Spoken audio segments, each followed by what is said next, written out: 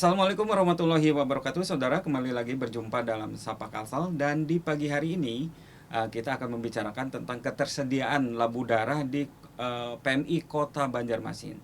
Dan bersama kami sudah hadir Dr. Aulia Ramadan Supit sebagai Ketua Unit Donor Darah PMI Kota Banjarmasin. Assalamualaikum, Dok. Waalaikumsalam warahmatullahi wabarakatuh. Sehat, Dok? Sehat, alhamdulillah. Sehat, Dok. Sehat. Oke, Dok, kalau kita berbicara tentang ketersediaan labu darah ya, Dok, ya bisa bagaimana nih di Kota Banjarmasin ini? Biasanya kan ada fluktuatifnya, ada yang sampai istilahnya ada banyak juga ya teman-teman saya tiba-tiba ada yang punya golongan darah A. Kayak gitu, seperti itu. Itu gimana sih, Dok? Ya betul. Jadi memang kalau untuk kondisi tidak hanya di Banjarmasin, seluruh Indonesia pun itu yang namanya kebutuhan darah tidak bisa dibilang stabil, itu tidak bisa. Pasti cepat sekali berubah karena kan kebutuhannya ada yang urgensi, ada yang memang rutin. Nah itu yang biasanya yang urgensi ini yang kita agak kesulitan. Di samping itu ada beberapa komponen darah yang memang tidak bisa di stok. Contoh seperti trombosit itu tidak bisa kita menyetok karena dia masa expirednya hanya 4-5 hari. Nah kalau kita stok terlalu banyak ternyata kebutuhannya tidak ada, itu kan dapat merugikan. Akhirnya kan dibuang. Nah jadi memang kalau dibilang kenapa sih kok tidak bisa stabil, kadang-kadang ada perlu, kadang-kadang enggak, ya memang seperti itu. Dan itu seluruh Indonesia seperti itu. Berarti untuk menjaga ini ya, untuk menjaga supaya darahnya itu istilahnya segar gitu ya, tidak rusak gitu, seperti betul. itu. Tapi kalau misalkan sudah melewati kadaluarsa, misalkan seperti itu, berarti darahnya sudah rusak, Bang? Iya, dibuang. Dibuang. Untuk komponen trombosit kan memang masa expirednya cukup singkat. Jadi memang ya harus. Cuma kalau dari data yang kita ada, pemusnahan itu hampir tidak ada sih, karena memang kita selalu pas kebutuhannya seperti itu. Jadi kalaupun ada tidak ya di angka 1-2% saja per bulannya yang dimusnahkan. Nah sedangkan komponen lainnya itu kan masa expirednya cukup lama, 30-40 hari. Apa itu? Seperti PRC, packet red cell, atau plasma. Bahkan kalau plasma yang beku itu bisa sampai 1 tahun. Seperti itu. Itu untuk kebutuhan apa? Untuk plasma ataupun untuk PRC itu? Jadi memang beda-beda kebutuhannya. Ini tergantung permintaan dari dokter yang merawat.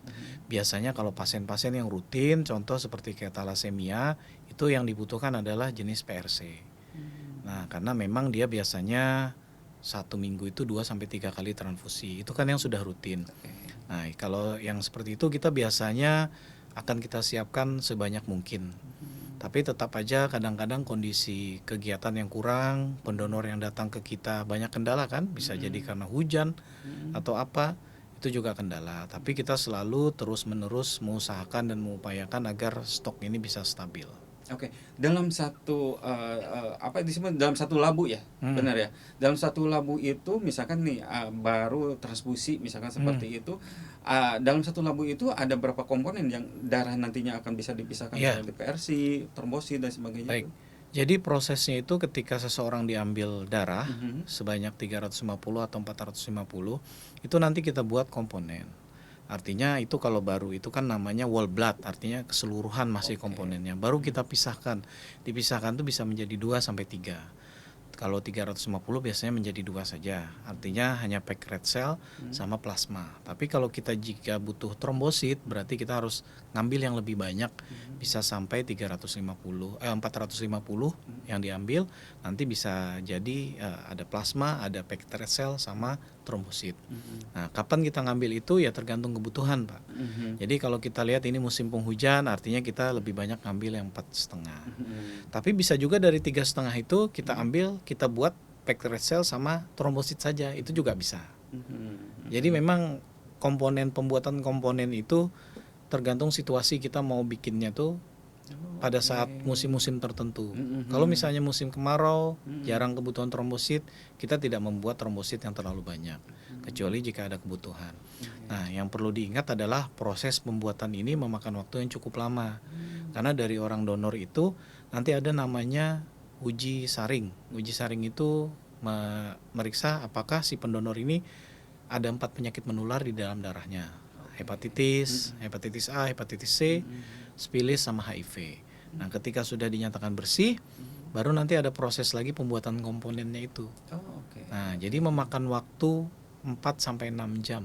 4 sampai 6 jam. Ya, itu Setelah sudah selesai. setelah dari seseorang itu didonor. Ya, Setelah itu donor itu masuk ke dalam labu gitu. ya Oke. betul. Makanya kenapa kadang-kadang kan masyarakat kenapa sih kok lama? Mhm. Padahal ya memang prosesnya seperti itu. Mhm. Nah, belum lagi darah yang kita sudah ada pun Mhm. itu ketika ada permintaan, kita selalu meminta sampel dari si pasien. Untuk apa? Diuji lagi kecocokannya. Golongan darahnya sama, tapi di dalam tubuh kita itu punya banyak sekali antigen antibodi yang ada. Mhm. Sampai 44 jenis. Nah, itu harus dicocokkan lagi. Ada namanya uji silang serasi. Mhm. Jadi kalau misalnya tidak cocok, incompatible, itu biasanya kita minta persetujuan dokter yang merawat. Kenapa? Itu bisa terjadi reaksi transfusi seperti demam, bahkan sampai kejang-kejang, itu bisa. Tapi ketika dokter yang merawat menjamin itu gini, kalau sudah jelas ini tidak cocok, dipaksakan, tapi ini kan kebutuhan nih, harus masuk darah, kalau tidak bisa menaikkan HB-nya. Kan dilema. Betul. Nah, dan memang ketidakcocokan itu bukan karena tidak cocok pendonornya, tidak, karena penyakit yang diderita. Biasanya pasien-pasien dengan kanker atau pasien-pasien yang multi transfusi, artinya sudah sering transfusi darah seperti talasemia seperti itu. Itu biasanya menciptakan antigen antibodi di dalam tubuh si penerima. Otomatis golongan darah manapun dari donor manapun biasanya ada ketidakcocokan. Nah, reaksi itu apakah selalu terjadi? Tidak. Makanya di sini kita memerlukan tanggung jawab dari dokter yang merawat. Mau diberikan atau tidak. Oke. Nah, tapi dari feedback yang ada, walaupun tidak cocok tetap diberikan, belum pernah ada sampai sekarang kejadian yang sampai kejang-kejang meninggal karena transfusi darah. Itu belum pernah ada dilaporkan. Yang ada paling rasa demam, itu bisa diatasi dengan obat-obatan. Oke, berarti kan tidak serta merta ya seperti Ya. itu. Jadi ketika misalkan pasien ini perlu darah misalkan seperti itu, berarti itu udah langsung kontak ke PMI atau langsung si dokternya itu ngobrol dulu sama keluarga. Ya, Kita tahan dulu, Pak. Ya, oke. Kita akan kembali saudara setelah jeda iklan berikut ini.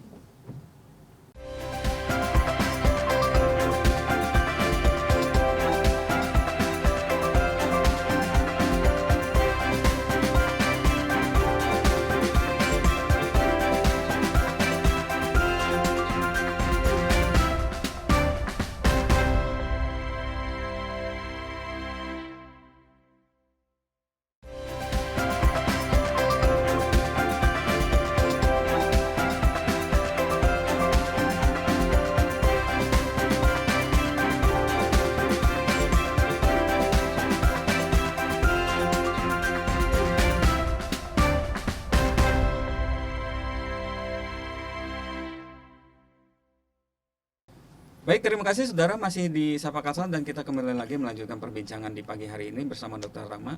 Dok, tadi berarti kan tidak serta-merta ya, tidak istilahnya tidak langsung tiba-tiba minta darah langsung Ya. ditransfusikan ke pasien Ya. gitu seperti itu. Berarti kan harus ada tadi pengecekan dulu apakah ini berkesesuaian dengan Betul. permintaan darahnya seperti itu gitu. Ya. Jadi memang prosedur untuk transfusi darah ini sebenarnya cukup ada aturan-aturan yang harus kita pahami, dan semua aturan ini berlaku untuk seluruh Indonesia dan terbuat di Permenkes.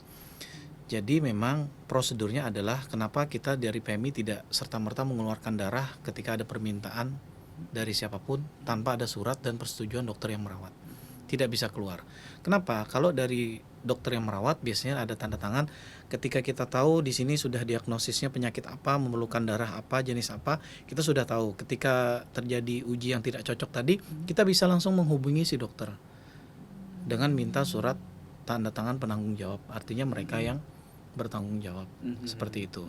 Jadi sehingga ketika ada sesuatu apa segala macam kita tidak disalahkan. Nah, kebanyakan tidak hanya di Banjarmasin saja, di beberapa daerah hal seperti ini yang tidak dipahami oleh masyarakat. Ketika terjadi apa-apa setelah transfusi yang disalahkan kita. Padahal prosedurnya tidak seperti itu. Ketika masalah transfusi itu sudah permasalahannya adalah di rumah sakit. Ketika terjadi reaksi pun di rumah sakit. Kenapa? Karena ketika darah keluar dari PMI itu sudah atas persetujuan dokter yang merawat dengan tanda bukti tanda tangan tadi. Mm-mm. Ketika ada Jadi sudah bukan ketidakcocokan. lagi tanggung jawab PMI. Bukan. Mm-mm. Nah, Oke. makanya di situ kita menjaga sekali, baik itu dari sisi penyimpanan, distribusi, artinya pengantaran dari PMI ke rumah sakit. Nah, harusnya prosedurnya pengantaran itu tidak boleh dilakukan oleh keluarga pasien, tapi harus ada kurir dari rumah sakit masing-masing yang bolak-balik. Nah, tapi kenyataannya biasanya minta tolong keluarga pasien. Nah, kalau dulu sebelumnya sekarang ketat sekarang, itu orang membawa darah hanya dengan kantong plastik hitam. Tidak sesuai prosedur. Kita nanti keluarga belum makan kan, habis ngambil darah, mampir dulu, ketuker nanti darahnya. Iya. Darahnya sudah rusak sampai di sini. Mungkin karena ketidaktahuan atau bagaimana ya? Ketidaktahuan Ketidaktahuan. jelas. Ya. Ya. Betapa berharganya kan seperti itu. Betul. Oke. Tapi kalau sekarang kan kita harus ada pakai cool box. Oke, cool box ya. Ya, oke. dan itu sebenarnya merupakan tanggung jawab dari rumah sakit, tapi kita di Banjarmasin kami yang menyiapkan. Seperti itu. Dengan jaminan ya kita tidak meminta uang sebenarnya, tapi KTP saja. Fungsinya apa? Agar kembali, Pak. Sebenarnya ketika misalkan kita donor pun atau misalkan kita meminta labu darah itu Ya. pun sebenarnya tidak ada jual beli di dalam Tidak itu ada, seperti itu, tidak cuma ada. hanya untuk penggantian proses ya. Ya, Mungkin penggantian seperti itu ya. proses. Nah, Proses ini produksi ya. betul. Ini juga yang harus dipahami masyarakat. Masyarakat banyak bertanya, kenapa kita donor darah gratis, tapi kita butuh darah kok ada semacam membayar. Nah, perlu dipahami pada masyarakat bahwa kantong darah khusus, ya kan? Tidak bisa kantong darah sembarangan plastik apa segala macam. Itu ada biaya di situ. Betul. Yang kedua, uji 4 penyakit menular tadi. Kalau kita cek di lab seperti lab mana yang ada di Banjarmasin, kita sudah bisa menilai berapa di situ harganya. 4 penyakit menular loh, hepatitis A, hepatitis C, HIV, dan spilis. Kemudian yang ketiga, uji cocok silang serasi tadi. Nah, Ya. ketika sampel pasien misalnya rusak, uji cocoknya nggak bisa ini, kita minta lagi sampel, mengulang lagi uji. Di situ kan ada reagen yang Betul. dipakai, ada bahan habis pakai yang dipakai. Belum lagi petugas yang bekerja tidak mungkin sukarela tidak dibayar, ya kan? Nah, sedangkan PMI, sekali lagi PMI bukan milik pemerintah, jadi perlu dipahami, bukan milik pemerintah, tapi berdasarkan undang-undang pemerintah wajib membantu PMI. Nah, seperti itu. Oke. Ya kan karena prosesnya juga ya tadi dalam satu labu itu kan harus diproses 4 Betul. sampai 6 jam ya. Iya. Kan itu kan juga memerlukan alat yang Betul, ini ya, betul. yang sangat higienis, Iya. kemudian alat yang canggih, Canggih, dan betul. untuk memisahkan itu kan bagaimana untuk memisahkan komponen-komponen kalau Iya. misalkan berarti kalau misalkan nih ada satu labu kemudian darahnya di dalam labu darah benar ya sebutnya itu labu darah ya. Iya, betul. Oke. Di dalam labu darah itu misalkan teridentifikasi ada satu penyakit seperti Iya. itu. Apakah itu dalam satu labu itu dibuang semua atau dipisahkan? Dibuang. Dibuang total. Kan itu sudah satu orang tuh. Mhm. Ternyata terdeteksi penyakit HIV. Tentu tidak bisa kita pakai. Itu dibuang. Nah, bagaimana perlakuan ke si pendonor yang terdeteksi HIV misalnya? Nah, sampai saat ini tidak ada aturan baik dari pemerintah pusat yang mengharuskan kita menjudge seseorang sudah terkena HIV dengan hasil pemeriksaan itu. Karena kita sifatnya screening, bukan diagnosis. Oh, oke. Makanya Oke, kenapa oke. kita biasanya screening itu kita kirim ke rumah sakit VCT, artinya untuk konsultasi dengan hasil screeningnya ini HIV positif umpamanya. Nah, permasalahannya di beberapa daerah termasuk Banjarmasin, alat yang dipakai PMI dan rumah sakit itu berbeda. Contoh, penyakit untuk seleksi uji saring itu ada alat tingkatannya. Yang pertama metode rapid. Kita tahu sendiri rapid gimana hasilnya. Yang kedua metode ELISA, yang ketiga CLIA, dan yang paling tinggi, yang paling canggih lagi NAT pemeriksaannya. Di PMI pakai yang mana? Kita pakai yang CLIA. Di bawah satu, paling atas di bawah. Tapi kedepannya kita masih akan menggunakan nanti yang NAT. Nah, di rumah sakit rata-rata masih menggunakan hanya rapid. Jadi ketika positif di PMI, diulang di rumah sakit dengan rapid negatif, pendonornya marah-marah ke kita. Harusnya kita sudah kasih tahu pada saat konsultasi akan kita kirim, minimal Bapak harus memeriksanya dengan alat yang sejenis. Betul. Kayak gitu. Nah, itu yang terjadi di sini. Tidak hanya di Banjarmasin, di Indonesia pun sama. Karena beda alat beda hasil. Betul. Beda alat, beda merek sih tidak apa-apa. Iya. Asal standarnya sama. Standarnya sama. Jenisnya itu, misalnya dengan CLIA sama-sama CLIA atau di atasnya lagi. Betul. Nah, apa sih perbedaannya? Rapid, ELISA itu biasanya window period atau masa jedanya itu tertentu. Contoh yang kita pakai, masa jedanya misalnya 1 bulan orang yang ada HIV di dalam tubuh sudah terdeteksi. Yang lebih canggih lagi, yang NAT itu 2 minggu sudah terdeteksi. Oh, oke.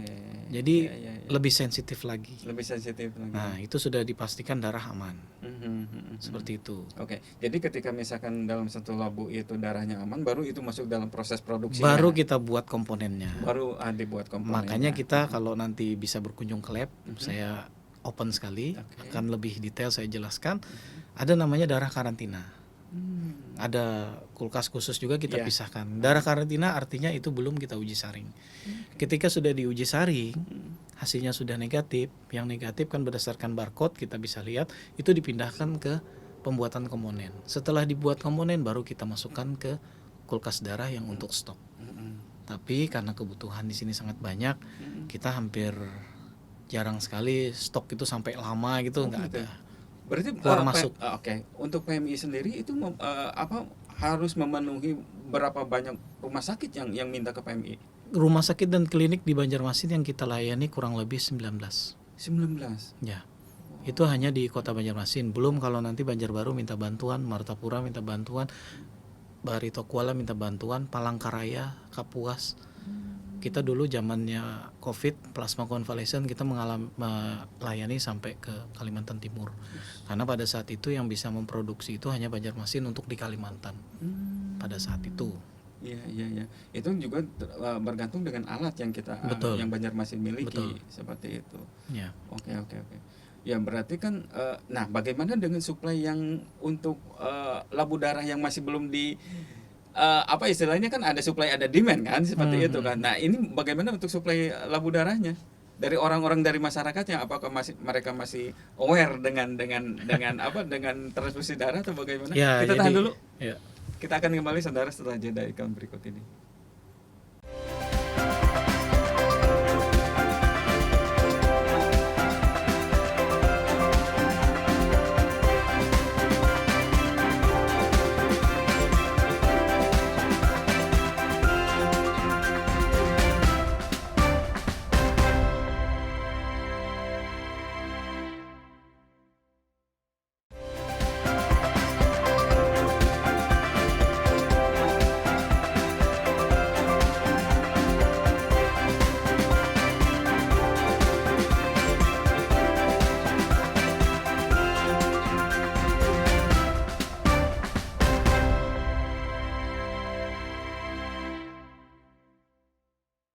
Baik, terima kasih saudara masih di Sapa Kalsel dan kita kembali lagi melanjutkan perbincangan di pagi hari ini. Dok, kalau berkaitan dengan apa istilahnya dengan labu darah yang banyak diminta. Yang tadi itu kan 19 rumah sakit dan klinik yang di Banjarmasin, kemudian juga belum lagi kalau misalkan di daerah-daerah lain. Otomatis kan suplai dari labu darah dari masyarakat pun harusnya tetap ada, continue gitu seperti itu. Bagaimana itu, Dok? Ya ini makanya kenapa selalu kurang. Untuk kebutuhan salah satu rumah sakit terbesar di Banjarmasin saja, Rumah Sakit Ulin, itu mereka membutuhkan perharinya 100 kantong minimal. 100 Belum yang kantong. lain. Oke. Makanya kenapa kita sebenarnya sudah di angka 200 sampai 250 kantong per hari yang diperlukan. Tapi kita paling hanya bisa memenuhi kurang lebih 50%-nya. Bagaimana yang tidak terpenuhi biasanya ya mundur ke besoknya nambah lagi. Kenapa? Karena memang minat pendonor walaupun sudah banyak tapi kebutuhannya terus meningkat. Tiap tahun itu terus meningkat kebutuhannya. Kenapa terus meningkat? Kita juga kurang tahu. Apakah banyak yang sakit? Kita tidak tahu.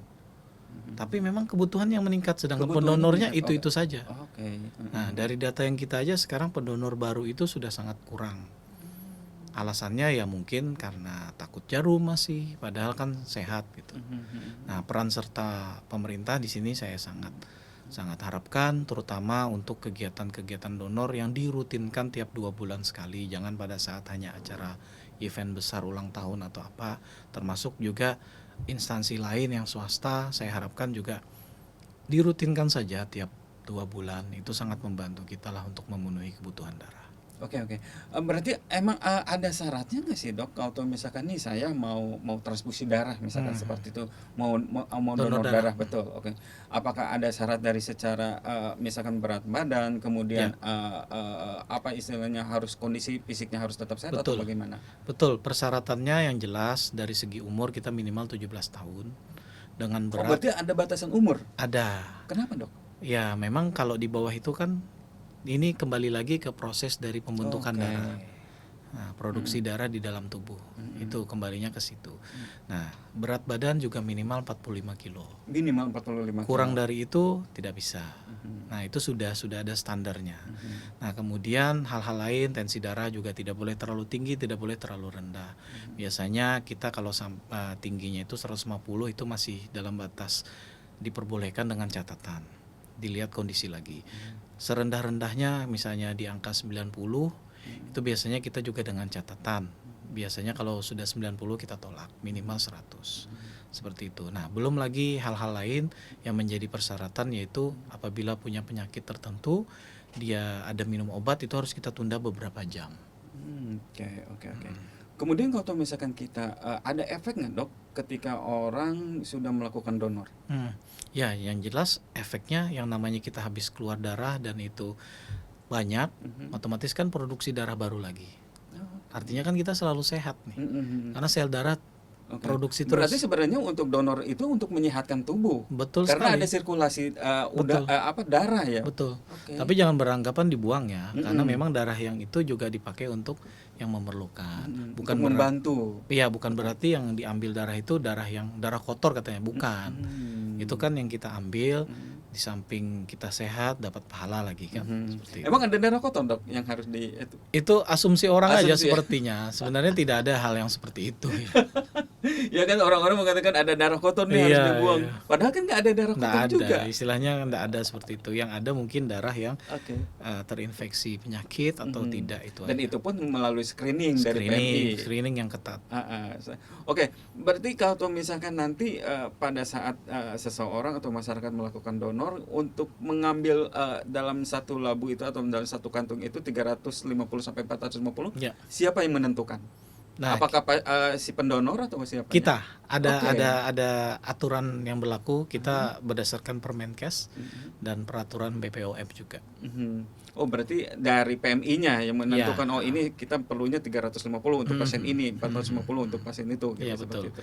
Kalau yang Oke. misalnya 450 biasanya dari sisi umur dan berat badan Mhm. itu lebih tidak 45 kilo. Oke, oke. Seperti itu. Tapi kan sebelumnya ketika kita mau mendonor kan diperiksa dulu ya? Iya, betul. Apa yang diperiksanya, Dok? Semuanya Semuanya? dari mulai wawancara, makanya kenapa harus mengisi yang checklist Ada itu. form apa ya? Nah, Oke. itu diharapkan mengisinya jujur. Kenapa? Karena efeknya adalah ketika tidak jujur, kita sudah ambil darah, ternyata pembuatan komponen itu lisis, artinya kan dia punya penyakit atau habis minum obat, itu kan mempengaruhi kekeruhan darahnya. Terbuang dong. Oke. Oh, berarti semua semua obat? Iya, Oke. jadi kan ya dari checklist itu harus jujur lah, intinya Mhm, seperti itu. mhm, Jangan sampai hanya pengen mengeluarkan darah mhm, tapi tidak jujur, mhm, kan kasihan. Kasihannya mhm, kasihan kami. mhm, Berapa yang terbuang seperti itu. mhm, Karena sampai saat ini kita juga berdiri sendiri untuk bantuan dari pemerintah daerah untuk khusus donor darah itu memang belum ada. Biasanya bantuannya kalau di daerah lain itu berupa reagen pemeriksaan 4 penyakit menular atau bantuan kantong darahnya sekian banyak. Nah, kita tidak dalam bentuk uang tapi dalam bentuk Barang. barang seperti itu. Oke, oke. Dok, kalau misalkan nih ada masyarakat kemudian dia sering melakukan donor, Ya, harusnya ada jarak berapa bulan dia ya 2 bulan mendonorkan? paling cepat. 2 bulan paling Ya, cepat. karena itu Oke. berdasarkan proses Oh, metabolisme produksi oke, darah heeh. darah kita itu kan biasanya 120 hari. Nah, tapi kan nggak apa-apa 2 bulan diambil seperti itu. Dan itu kembali sehat seperti itu ya. Iya. Oke, oke. Dok, mungkin ini ada closing statement, mungkin Ya. akan ada sesuatu hal yang sangat penting untuk disampaikan kepada Oke. masyarakat ataupun pemerintah, Ya. silakan, Dok. Ya, terima kasih kepada masyarakat khususnya Kota Banjarmasin. Jangan takut untuk berdonor darah. Niatkan kita untuk membantu saudara kita yang memang lagi membutuhkan. Di samping itu bisa menyehatkan badan. Untuk pemerintah, terutama pemerintah daerah, mari kita bersama-sama bantu kami terutama untuk kegiatan donor dan juga kalau bisa ada bantuan dalam bentuk reagen atau mungkin kantong darah yang sejak saya menjabat bahkan sebelumnya memang belum pernah ada bantuan dari pemerintah daerah. Sedangkan di daerah lain itu sudah banyak yang dibantu oleh pemerintah daerahnya. Oke, baik, terima kasih Dokter Rama. Ya. Ini sangat menjelaskan, sangat mencerahkan nih. Ya. Awalnya saya juga, oh, emang seperti itu nggak? Ternyata begitu dahsyat ya informasinya ya. Ya. Oke, terima kasih Dokter. Terima kasih. Baik saudara, demikian perbincangan di pagi hari ini. Kita akan kembali di episode berikutnya. Sampai jumpa.